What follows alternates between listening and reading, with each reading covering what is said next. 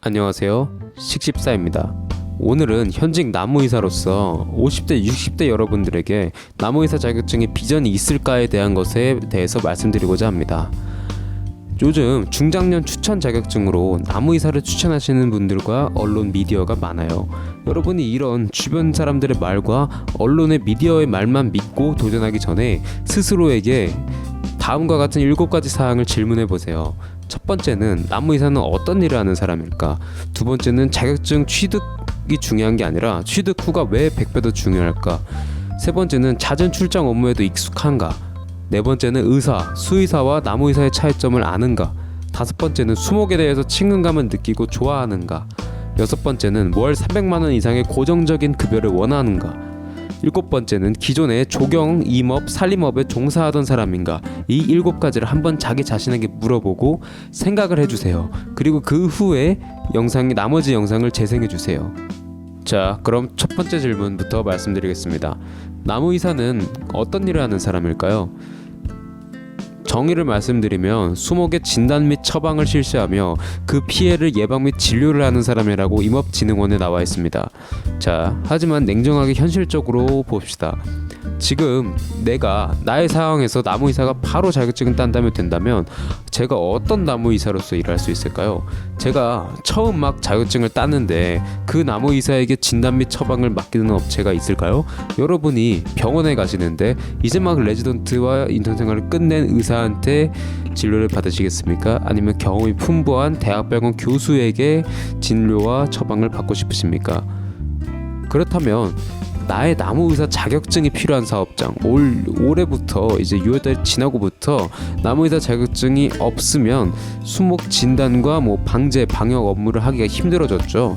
이런 것들 때문에 나의 부족한 실무 경험을 미끼로 이러한 나의 노동력을 사용하고 자격증을 사용하며 노동력까지 사용하라는 경우가 종종 있습니다.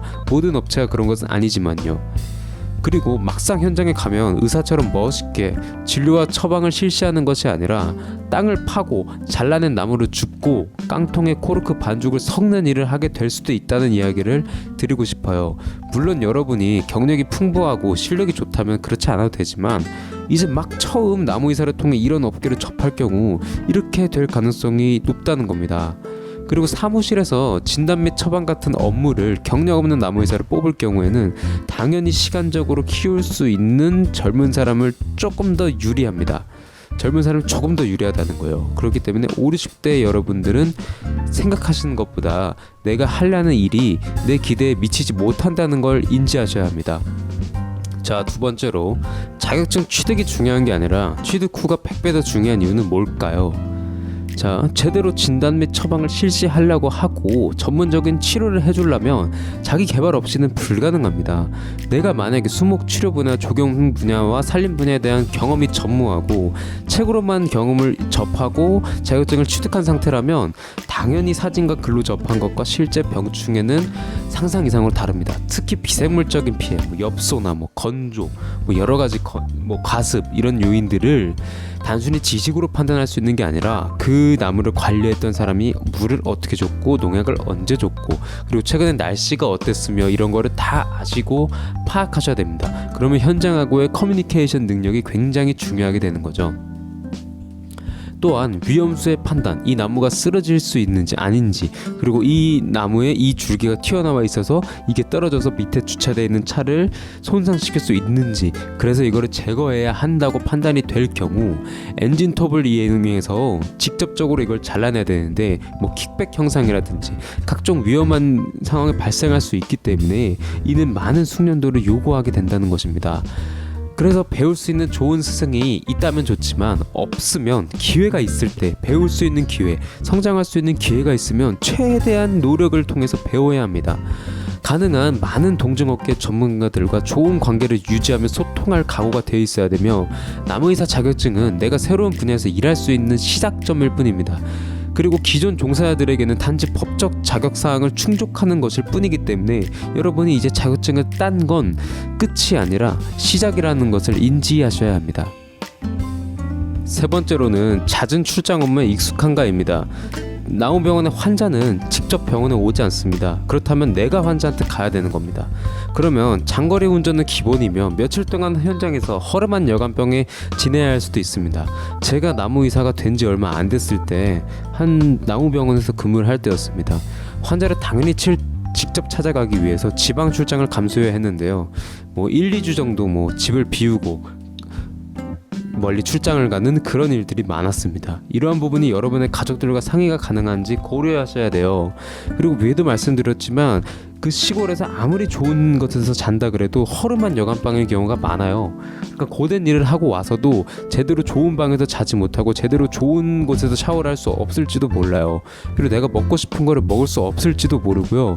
그리고 일 끝나고 잠깐 맛있게 동료들과 맥주 한잔 하려 그래도 제대로 맥주 한 잔조차 먹을 수 없는 지역에 있을 수도 있어요. 물론 병원에 인근 자기 소속된 병원에 인근 지역에서만 일을 하는 나무병원도 많지만 여러분들이 흔히 아는 대형 나무병원에 취업을 하게 되면 기본적으로 1, 2주 출장은 각오하셔야 하는 겁니다. 운전을 많이 해야 하는 직업으로 수동으로 운전해야 되는 경우도 간혹 있어요. 포터 같은 경우들은. 그럴 때 운전에 내가 능숙한지도 생각을 해보셔야 되고, 출장 업무라는 거는 보통 한 방에서 1인 1방으로 자게 되면 비용이 많이 들기 때문에 기업 입장에서는 한 방에서 2명 내지 3명 4명 이렇게 자는 경우가 있어요. 그러면 그 방에서 나의 직장 상사와 같이 보내야 되며 이는 곧 같은 방에서 자는 행위 자체가 업무의 연장선입니다. 저녁밥을 먹을 때도 일이 끝나고 먹을 때도 같이 있어야 되고, 일이 끝나도 언제나 회사로 복귀하기 전까지는 계속 일과수일투족을 나의 직장인 동료들과 같이 해야 하는 것입니다. 그러니까 나의 개인적인 사생활이라는 건 없을 수도 있다라는 거를 알고 이러한 자격증을 따고 이러한 일을 할 수 있는 각오를 다지셔야 합니다. 물론 말씀드렸다시피 그렇지 않은 곳도 있어요. 근데 제가 말씀드린 곳도 있어요. 물론 저는 지금 그렇게 일하고 있지는 않습니다만 제가 출장을 다니면서 일한 게 한 2달 정도가 됐었어요. 근데 저는 정말 그거랑 맞지가 않더라고요. 그래서 그렇게 출장을 가지 않고 제가 제 근처 지역구에서 근무할 수 있는 방향으로 근무 여건을 바꾸었지만 자기 마음대로 근무 여건을 조절하는 게 생각보다 어렵기 때문에 내가 이런 근무 여건에서 일을 할 수 있다라는 거를 꼭 인지하셔야 된다는 것입니다. 의사, 수의사와 나무의사의 차이점을 아는가? 입니다. 의사와 수의사는 면허가 있고 나무의사는 단지 자격증입니다. 면허가 있다는 건 최소한 관련 일을 수행할 수 있는 최소의 역량을 뜻합니다. 왜요? 자, 우리가 운전면허를 따면 그래도 도로주행을 나가서 어느 정도 신호를 지키고 우회전 좌회전을 할 수 있죠. 나아가서 의사 보세요. 수많은 기간을 레지던트를 따고 그 기간을 다 거쳐야 의사 면허라는 걸 딸 수 있습니다. 그런데 단지 자격증 하나 땄다고 나무의사를 수행할 수 있는 최소한의 역량이 갖춰졌을까요? 저는 아니라고 생각합니다. 의사와 수의사가 면허를 취득하는 과정과 나무의사 자격증의 취득 난이도의 차이를 생각하면 자연스럽게 이해가 되실 겁니다. 많은 사람들이 나무의사를 취득한 후 정말 의사가 된 것처럼 생각하시는데, 물론 큰 업적을 달성하신 거라고 생각하실 수 있습니다. 자격증 시험도 어렵고요. 하지만 취득 후 정말 부단한 노력을 해야 의사 소리를 들을 정도의 그런 지식인과 실력이 되는 것입니다. 단지 취득만으로는 여러분에게 좋은 대우가 따라오지는 않아요. 의사는 그리고 사람을 진단하고, 곧 사람은 나와 당신이며 그리고 우리입니다. 그 중요성은 그 어떤 동식물보다도 중요해요. 곧 우리이기 때문에 곧 나의 이야기가 될 수도 있는 거잖아요. 근데 수의사의 경우는 생각해보세요. 요즘 반려동물이 죽으면 장례까지 치러주는 사회예요. 거의 아이처럼 길러요. 그럼 근데 집에서 키우던 내 화분이 죽었다고 그렇다고 한들 눈물을 흘리고 장례식까지 해주는 사람은 없잖아요. 그러니까 사람에게 느껴지는 상대적인 가치가 다르다는 거예요. 그러니까 즉 나무, 수목, 식재는 사업이에요. 가치가 떨어진 조경수는 생사와 무관하게 그냥 마음에 안 들면 그 건물주든 호텔이든 그냥 잘라버려요. 그리고 아무렇지 않게 그냥 땔감으로 잘라버리는 참나무들도 많고, 일반 대중들은 그런 나무 고통에 대해서 공감하지 않아요. 그냥 우리만 나무에 대해서 고통에 공감하고 슬퍼하고 보호하자고 해도 그 목소리는 대중들에게 전달되지가 않아요. 이러한 것은 우리의 시장 가치와 비례하는 거예요. 아까도 말씀드렸다시피 사람하고 내 반려동물 강아지하고 내 화분이 있으면 어떤 게 제일 나에게 가치가 높겠어요? 당연히 우리 가족, 내 사람. 그 다음은 당연히 내가 키우는 강아지, 고양이겠죠. 그 다음이 나무란 말이에요. 화분은 새로 사면 된다는 생각을 사람들은 한단 말이에요. 그렇기 때문에 우리 나무의사들은 수목의 가치에 대해서 일반 대중에게 알려서 나무가 좀 더 소중하게 사람들이 생각할 수 있게 대중의 인식을 개선해야 되는 의무가 있는 겁니다. 다음 5번째는 수목에 대해서 여러분이 친근감을 느끼고 좋아하는가입니다. 나무를 만져야 되고 당연히 썩은 부분을 도려내고 풀독이 올라요. 왜냐면 나도 모르게 주변에 온갖 풀과 다 뒤엉키게 돼요. 하루 종일 뭐 외과수술이든 뭘 하다 보면 하루 종일 나무와 함께 하다 보면 징그러운 곤충과 녹병균의 그 노란색 덩어리, 그리고 곰팡이들, 그리고 어느새 당신의 어깨, 그리고 몸 안에, 옷 안에 애벌레가 들어가 있을 수도 있어요. 당신은 이런 것들을 만지고 제거하고 온갖 일을 다 해야 됩니다. 몸은 흙투성이요, 풀투성이요, 전기톱으로 외과 수술을 하고 뭘 파다 보면 톱밥투성이가 될 거예요.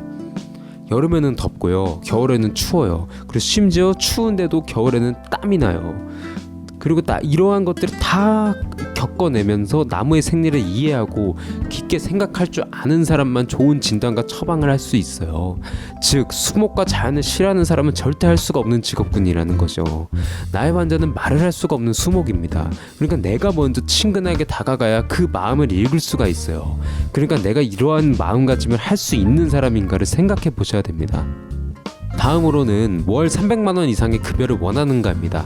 나무병원의 대부분은 5인 이하의 사업장이 되게 많아요. 영세한 자영업자라는 거죠. 그렇다는 건 초짜 나무의사인 여러분이 그런 여러분에게 당신이 생각한 급여의 수준의 급여를 지급할 수 있는 것이 많이 없다는 거예요.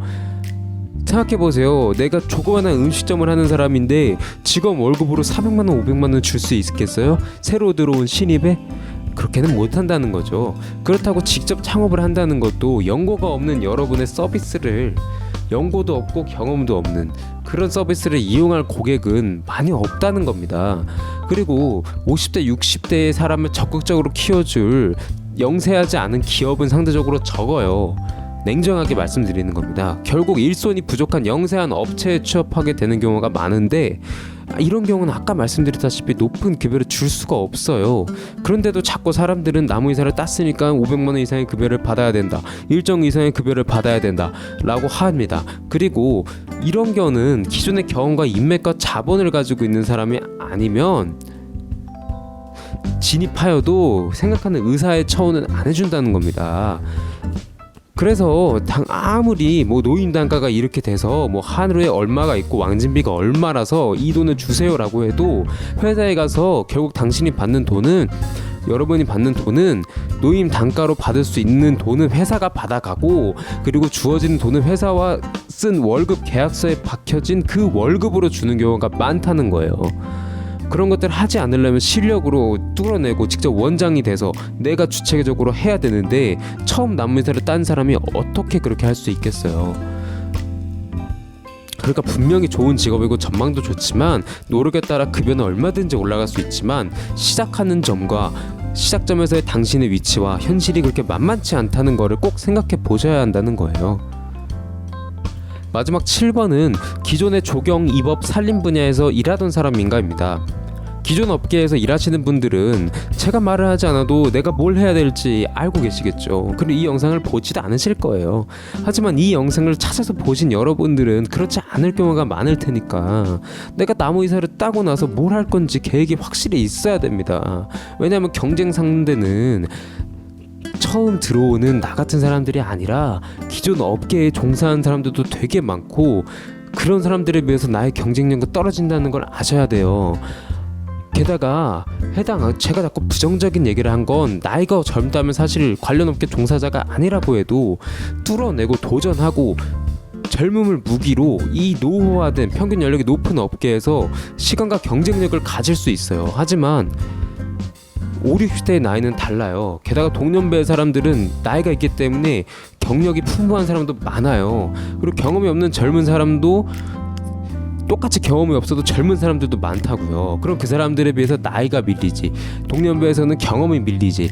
그러니 당신의 경쟁 상대는 만만치 않다라는 이야기를 말씀드리는 거예요. 그러니까 이러한 상황에서 당신이 기종 종사자가 아니면 제가 앞서 말씀드린 6가지 사항을 잘 생각해보고 나무이사란 직업을 선택하셔야 한다는 겁니다. 제가 부정적인 내용으로 조금 말씀을 드렸지만 너무 긍정적인 부분만 보고 내가 이걸 뛰어들었을 때 부정적인 이면을 보지 못하면 나무이사를 따고 실망하시는 분을 주변에서 제가 너무 많이 봤습니다. 그렇기 때문에 제가 말씀드리는 걸 한 번쯤은 생각해 보시고 나무이사 자격증에 도전해 보셨으면 좋겠습니다. 감사합니다. 식집사였습니다.